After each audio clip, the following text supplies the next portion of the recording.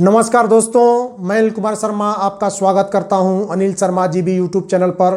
अगर आप मेरे इस चैनल अनिल शर्मा जीबी पर पहली बार विजिट कर रहे हो तो आपसे आग्रह है कि आप मेरे इस चैनल अनिल शर्मा जीबी को सब्सक्राइब कर लें ताकि मेरे द्वारा जो भी वीडियो बनाई जाए उसका नोटिफिकेशन आपके पास सबसे पहले पहुँचे और आप मेरे वीडियो को देख सकें।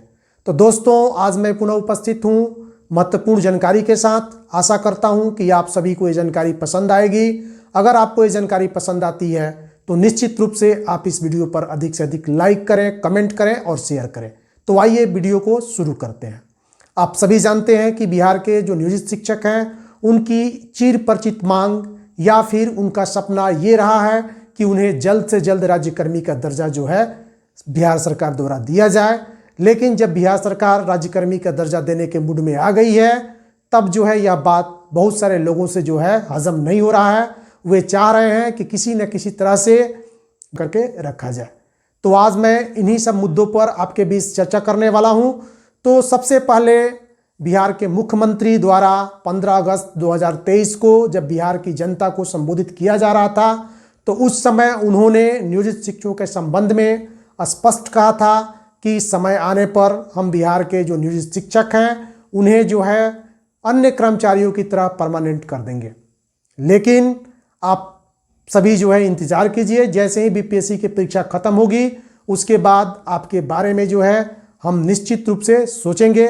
साथ ही साथ उन्होंने ये भी कहा, उन्होंने शिकायती लहजे में नियोजित शिक्षकों से कहा कि हमें ये जानकारी प्राप्त हो रही है कि आप विद्यालय में समय से जा नहीं रहे हैं। खैर, इस मामले को छोड़ दिया जाए। आप ये वीडियो क्लिप देखिए।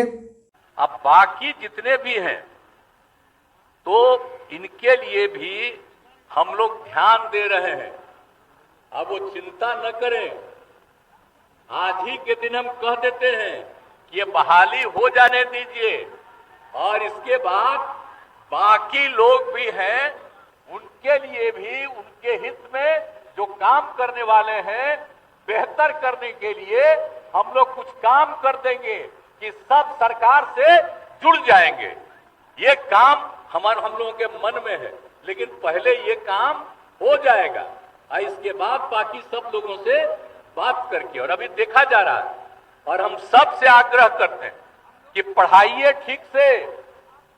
आज जो पढ़ाएंगे नहीं, जब गायब रहेंगे तब कार्रवाई होगी। आप पढ़ाए रहिएगा तो सरकारी तौर पर भी आगे हम सोच करके करवाने के बारे में हम लोगों के दिमाग में बात है, वो सब करेंगे। तो इसलिए सब लोग मिल करके और सब जगह बच्चे बच्चियों को पढ़ाइए। ये पढ़ाना कितना जरूरी है। इस संबोधन के बाद बिहार के जो नियोजित शिक्षक थे उनके मन में काफ़ी आशाएं जो है जगी। उन्हें लगा कि अब हमें राज्यकर्मी का दर्जा जो है बहुत जल्द प्राप्त हो जाएगा। लेकिन थोड़े ही दिन बाद ये मामला जो है बिल्कुल शांत पड़ गया और नियोजित शिक्षकों के मन में फिर से जो है तरह तरह की आशंकाएं उठने लगी। उठना स्वाभाविक ही था, क्योंकि न तो बिहार सरकार और न ही बिहार के कोई मंत्री इस पर किसी बात को लेकर के चर्चा करने के लिए तैयार था और न ही कोई जानकारी प्राप्त हो रही थी। इसी बीच आप सभी को मालूम है कि जब मुख्यमंत्री इस नियोजित शिक्षकों के लिए विशिष्ट शिक्षक नियमावली सामने आई, बिहार के नियोजित शिक्षकों ने इस नियमावली को गहनता से अध्ययन किया और अध्ययन करने के बाद उन्हें ऐसा लगा कि इस नियमावली में ऐसे बहुत सारे प्रावधान हैं जो नियोजित शिक्षकों के हित में नहीं कहे जा सकते। इसलिए शिक्षा विभाग ने नियोजित शिक्षकों को इस पर आपत्ति दर्ज कराने के लिए समय भी दिया। यह समय 1 सप्ताह का था और इसमें बढ़ चढ़ कर नियोजित शिक्षकों ने आपत्ति दर्ज भी कराई। नियोजित शिक्षकों को सबसे ज़्यादा आपत्ति इस बात को लेकर के थी कि विशिष्ट शिक्षक शब्द जो है हमारे लिए नहीं होना चाहिए, और दूसरी बात ये थी कि 3 बार परीक्षा में असफल होने के बाद जो ये प्रावधान था कि उन्हें सेवा मुक्त कर दिया जाएगा, इस पर नियोजित शिक्षक बिल्कुल जो है एकमत थे। उनका कहना था कि ऐसा प्रावधान हम कभी भी स्वीकार नहीं करेंगे। लेकिन मैं आपको यहाँ बता देना चाहता हूँ कि मुख्यमंत्री द्वारा एक बात और भी कही गई थी कि जो नियोजित शिक्षक प्रथम बार परीक्षा में बैठने के बाद असफल रहते हैं उनके लिए सरकार द्वारा विशेष ट्रेनिंग की व्यवस्था की जाएगी। यानी उनको टीचिंग स्किल्ड में जो है डेवलप किया जाएगा और उसके बाद जो है उनसे परीक्षा जो है ली जाएगी। अगर उसके बाद भी जो है वो परीक्षा में बैठते हैं और असफल होते हैं तो पुनः उनको एक बार और मौका दिया जाएगा और तीसरी बार अगर वो परीक्षा में असफल रहते हैं तो उन्हें सेवा मुक्त कर दिया जाएगा। कहना ठीक नहीं है। मीटिंग में होगा तो सब लोगों की राय आएगी तो उसी समय हमने तो बताते रहे हैं, तो हम तो चाहते हैं सब एकजुट हो, तो आगे भी इस काम को तेजी से करने के लिए तो उसमें भी कहेंगे, सब लोग राय करेंगे। तो अच्छा सर, राजभवन के साथ कोई कॉन्फ्लिक्ट चल रहा है क्या? शिक्षक का बहुत अच्छा बहाली हो रहा है, देख लीजिए। हम तो 15 तारीख को भी कुछ घोषणा किए है ना, तो हम तो सब न करेंगे, सबके हित में न काम करेंगे जी। मुख्यमंत्री जी, राजभवन के साथ पढ़ाई खूब हो और बच्चे बच्चियों की पढ़ाई ठीक हो जाए, इसके लिए तो हम लोग चाहते ही। और आप जान लीजिए कोई दिक्कत नहीं है। पहले बीच में जो आ गया था हमारे तो गवर्नर साहब से भी बात हो गई, तो कोई प्रॉब्लम नहीं है उसमें भी नहीं।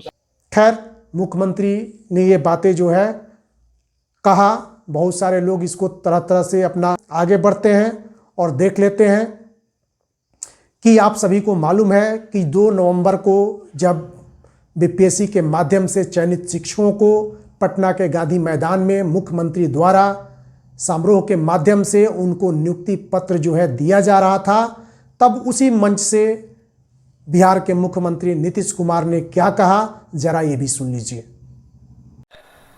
कि जो नियोजित शिक्षक हैं, उन नियोजित शिक्षकों के लिए हम एक मामूली परीक्षा का आयोजन करेंगे और उसके बाद उनको भी परमानेंटली सरकारी बनाएंगे। ये हम लोगों की इच्छा है। तो ये सब चीज करके और सब लोगों को कर देंगे। हालांकि था कि बिहार के नियोजित शिक्षक बिना शर्त जो है राज्यकर्मी का दर्जा चाहते हैं, अतः उन्होंने बातों ही बातों में या संकेत में नियोजित शिक्षकों को यह बता दिया कि आप परीक्षा को लेकर के टेंशन मत कीजिए, जो परीक्षा आपको देनी है उसका प्रश्न जो है बिल्कुल मामूली होगा, बस आप इस बात की तैयारी में रहिए कि कब जो है परीक्षा आयोजित की जाएगी और आपको कब इसमें बैठना है। लेकिन तथाकथित कुछ शिक्षक संगठनों को ये बात जो है हजम नहीं हो पा रही है।